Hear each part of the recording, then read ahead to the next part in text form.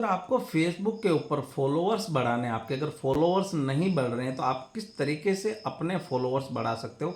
इस वीडियो में टोटली हम इसी टॉपिक के ऊपर बात करेंगे। कुछ पॉइंट्स मैं आपको बताऊंगा, उनको आपको ध्यान से देखना है, समझना है और उनको फॉलो करना है। बहुत सारे लोगों का ये सवाल होता है कि यार हम सारी चीज़ करते हैं उसके बावजूद हमारे फॉलोअर्स नहीं बढ़ते हैं, व्यूज़ नहीं आते। तो भैया आप कुछ मिस्टेक ज़रूर करते हो, या फिर हो सकता है कि आप जो चीज़ें बताई जाए उसके ऊपर ज़्यादा दिनों तक काम नहीं करते हो। मैं हमेशा बोलता हूँ कि कुछ भी अगर टिप्स आपको दिया जाता है, कुछ भी ट्रिक्स अगर आपको बताया जाता है, तो उसके ऊपर आप 15 से 30 दिनों तक वर्क कीजिए, उसका रिजल्ट आपको 101% मिलेगा।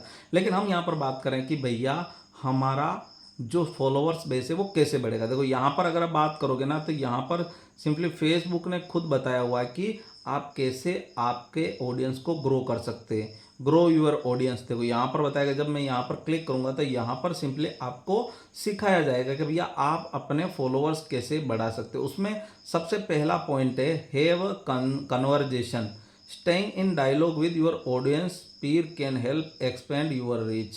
यानी आपको अपने जो कंटेंट होता है उसमें अपने डायलॉग के थ्रू ऑडियंस के साथ कनेक्ट होने की कोशिश करनी चाहिए। उससे क्या होगा, आपका रीच बढ़ेगा। क्योंकि उससे अगर आप ऑडियंस के साथ कनेक्ट हो गए ना, तो उससे आपका एंगेजमेंट भी बढ़ेगा। जैसे सपोज कीजिए मैं अपने कंटेंट के अंदर बोलता हूँ कि भैया अगर आपको ये वीडियो पसंद आया, या फिर आपको आपके मन में अगर कुछ भी सवाल रहता है, आज मैं जो भी ये वीडियो बना रहा हूँ इससे रिलेटेड भी अगर कुछ भी सवाल रहता है, तो आप कमेंट बॉक्स में प्यारा सा कमेंट करके अपने सवाल का आंसर पा सकते हो, या कुछ भी पूछ सकते हो जो भी पूछना हो, ठीक है ना। अगर इस टाइप से अगर आप बोलोगे अपने कंटेंट के अंदर, या फिर कुछ भी डायलॉग दोगे जिसमें कि कुछ यूनिकनेस हो सकती है, ऐसा कुछ भी हो सकता है जिससे कि ऑडियंस आपसे कनेक्ट होवे, उस कंटेंट के ऊपर कुछ न कुछ लिखे, या फिर उस कंटेंट को उनके मतलब अच्छा लगे उनको, या फिर यूं कीजिए वो उसके साथ इंगेज होए, यानी आपके उस डायलॉग के कारण ही वो फिर दूसरी बार आपका वीडियो देखने आए। अगर इस टाइप से आप अगर कनेक्टिविटी रखोगे, कन्वर्जेशन शुरू करोगे, जैसे आप क्वेश्चन आंसर कर सकते हो अपने कंटेंट के अंदर, ऐसा कुछ भी कर सकते हो जिससे कि आपका ऑडियंस के साथ कनेक्टिविटी बढ़े, कन्वर्जेशन स्टार्ट हो। तो उससे क्या होगा भैया, लोग आपके कंटेंट पर आएंगे, उससे आपका रीच बढ़ेगा, इंगेजमेंट बढ़ेगा। और अगर इंगेजमेंट और रीच बढ़ेगा तो ऑटोमेटिकली फेसबुक आपके कंटेंट को लोगों तक बूस्ट करेगा, रिकमेंड करेगा, और जिससे आपको न्यू ऑडियंस मिलेगी, ठीक है ना। पहला पॉइंट तो हो गया। उसके बाद भैया अवॉइडिंग इंगेजमेंट मिस्टेक, दूसरा main important point, avoiding engagement mistake. यानी कि आपको अपना जो इंगेजमेंट डाउन कर दे, ऐसी मिस्टेक अपने कंटेंट के अंदर नहीं करनी है। यानी अच्छा इंगेजिंग कंटेंट आपको बनाना है, ठीक है ना।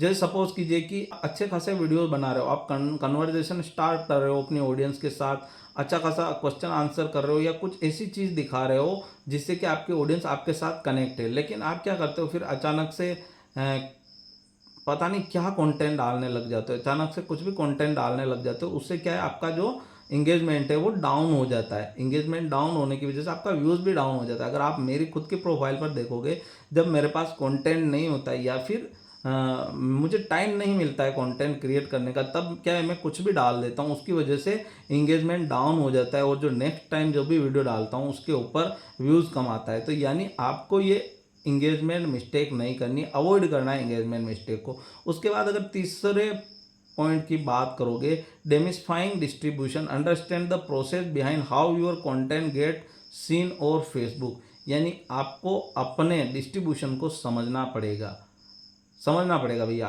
जैसे सपोज कीजिए आप कॉमेडी का कंटेंट बनाते हो, ठीक है ना।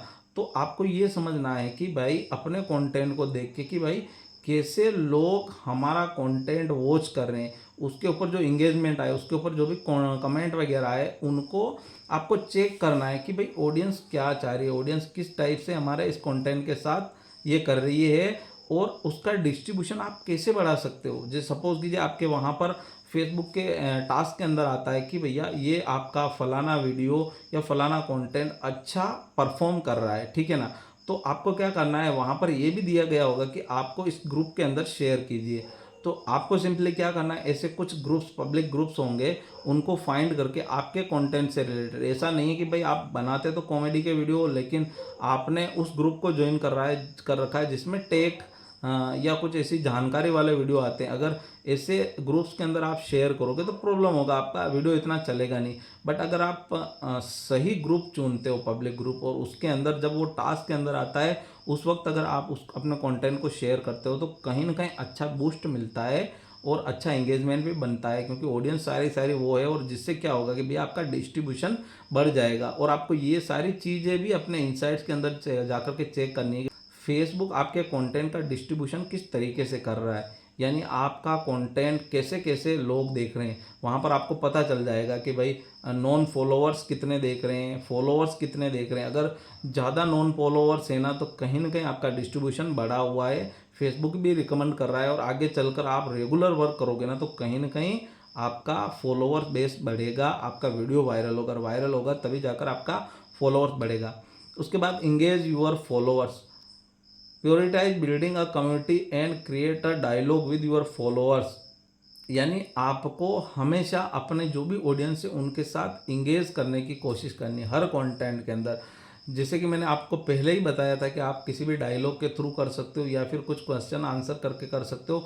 कुल मिलाकर हमेशा अपने कंटेंट के ज़रिए अपने जो फॉलोअर्स होते हैं ना उनके साथ कम्युनिकेशन करने की कोशिश कीजिए। सपोज भी आप कॉमेडी कर रहे हो, कॉमेडी के बीच में भी आप कुछ भी ऐसा कर सकते हो जिससे कि लोग आपके उस कंटेंट के साथ जुड़े, एक जुड़ाव, एक एंगेजमेंट आपके साथ बने लोगों की, फॉलोअर्स की, जिससे वो खुद भी कमेंट करेंगे। अगर एक जुड़ाव हुआ ना ऑटोमेटिक वो लोग कमेंट करना शुरू कर देंगे, ठीक है। उसके बाद बात करोगे लास्ट और important point, use metrics and insight, learn how to schedule post and see your audience react with your insight tools, यानी कि आपको इनसाइट्स हमेशा चेक करते रहने हैं।